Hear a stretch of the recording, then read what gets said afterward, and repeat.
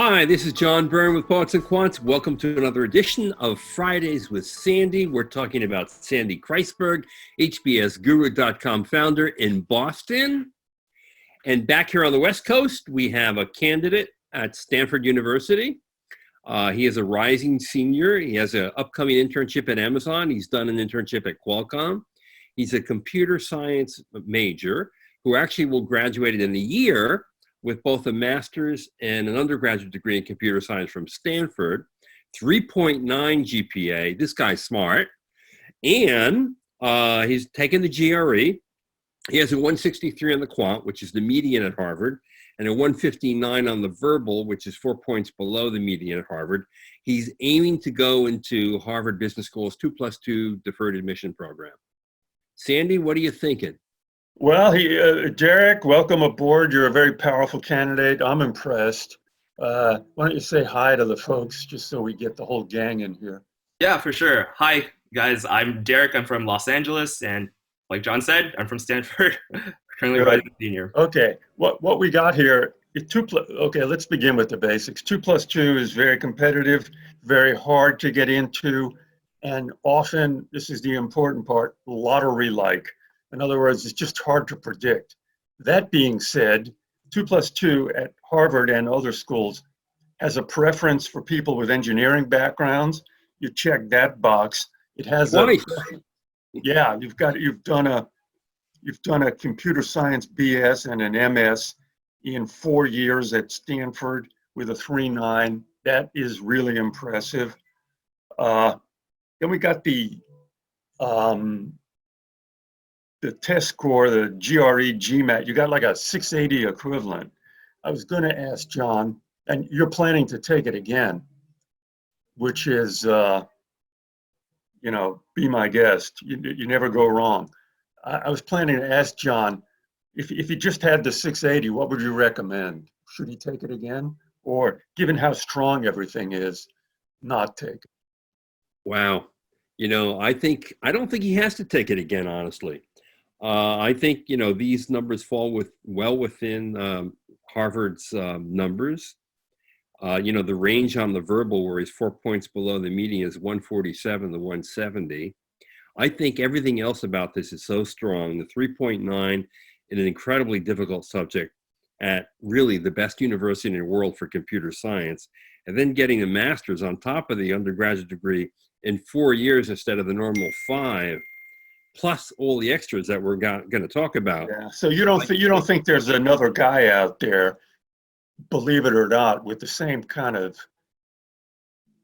impressive accomplishments, but with a 740 GMAT? You don't think that guy is out there? Not from Stanford, with an undergraduate and a master's degree in computer science, who's leading. He's intro course leader for computer science at Stanford. He led a 20-people team on the Entrepreneurship Club to direct an international summit for 35 international students who came to campus to study entrepreneurship and design. I think Derrick has it all, along with those internships at Amazon and Qualcomm. Yeah, well, hey, Derrick, what is Amazon Web Services Software Engineer? What does that mean? Yeah, so basically, this upcoming summer, since I'm a rising senior, I'll be working at Amazon virtually because of the coronavirus.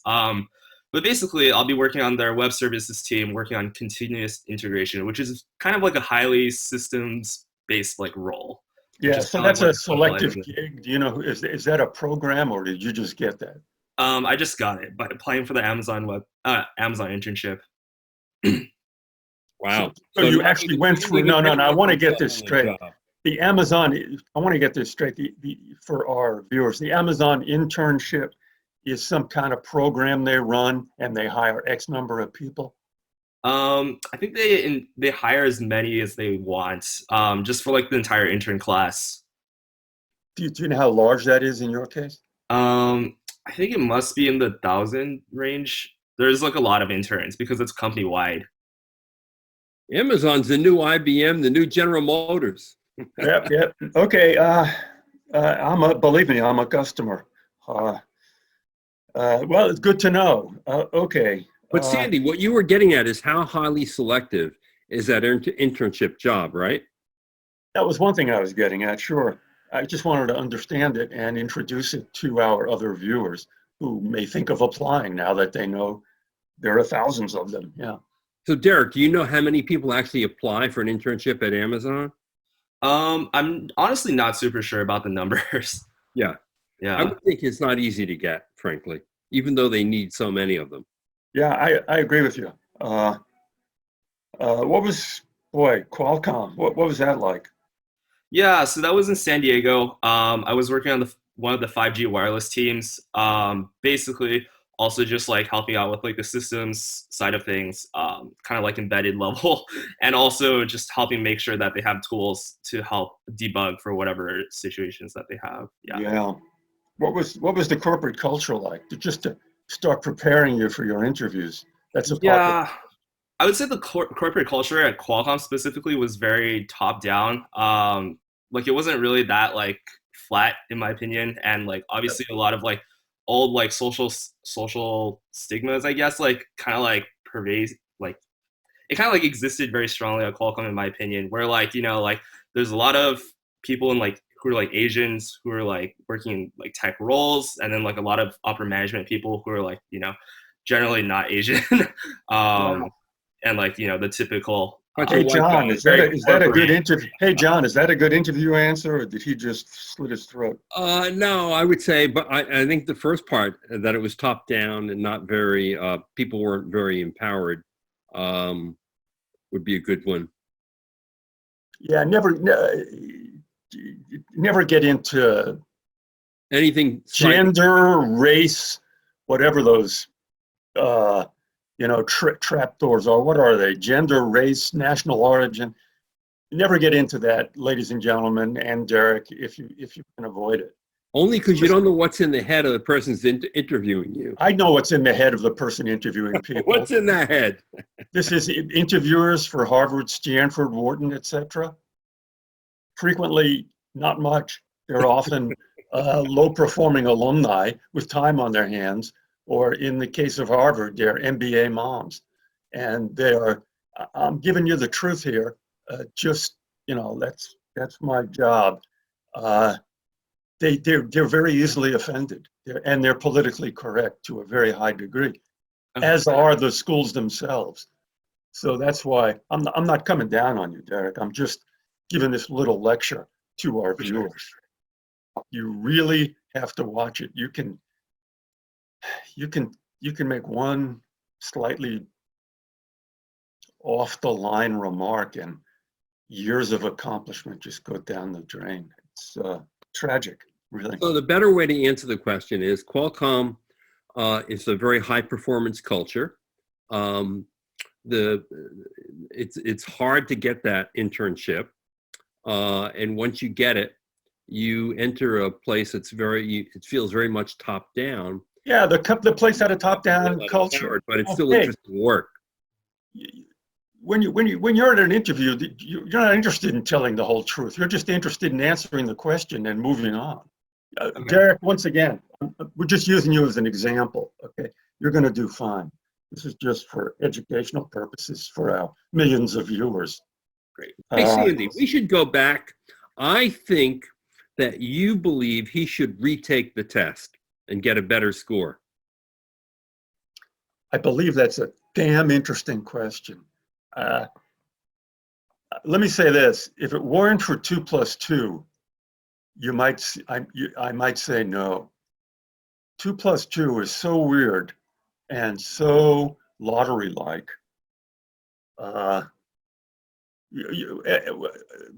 Derrick, you're planning on retaking it anyway, aren't you, for something else? Only retaking the GMAT or taking the GMAT for the first time just to apply to business school. That was your plan. Yeah. Did you take the GRE only once? Yeah, that was the first time, and I actually did not prepare for it. All right. Why don't you take it again, man? You never know. Do the preparation. 4 hours of brief. It's nothing in a lifetime. You're a real super smart guy. You'll do well. Just get that net. just take a newspaper and whack that gnat, if you know what I'm saying. That's the only thing standing in your way from being a super powerful candidate. Plus, Derrick, you have a lot of time. You're not applying in the current cycle, which ends, I think, on June 1, right? Yeah, so I'll be applying near basically 1 year from now, maybe less. Exactly. So you definitely should take the test again, because you will do better no matter what. I mean, if you're telling me that was your first GRE try and you did that well, you didn't even study for it, you're gonna do a lot better, particularly given, I mean, what you're studying and the level that you're at 3.9 at Stanford. Here's another thing, John. What's the final argument for taking it again? Well, the final argument is it's a little Three safety. words, I mean, none of which are words. you know, it's what do you mean? Do, re, mi. What do I mean? What do I mean by that? I know. It's a mystery. You apply to Stanford and you roll in there with a 760 GMAT, which you're entirely capable of, or even a 740. They could give you money. Of course. Yeah.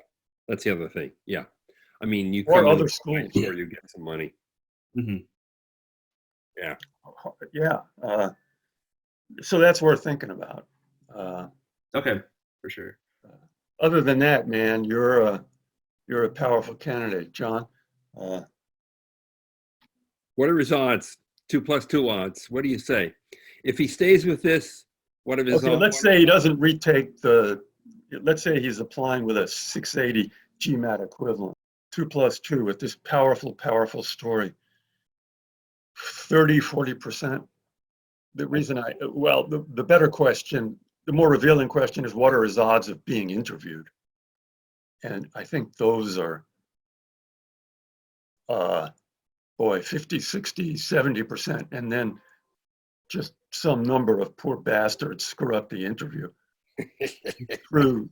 Just have a bad day. That happens, man. Yeah. Yeah. And if you can get a 740 on the GMAT, 730, 740, what do you think?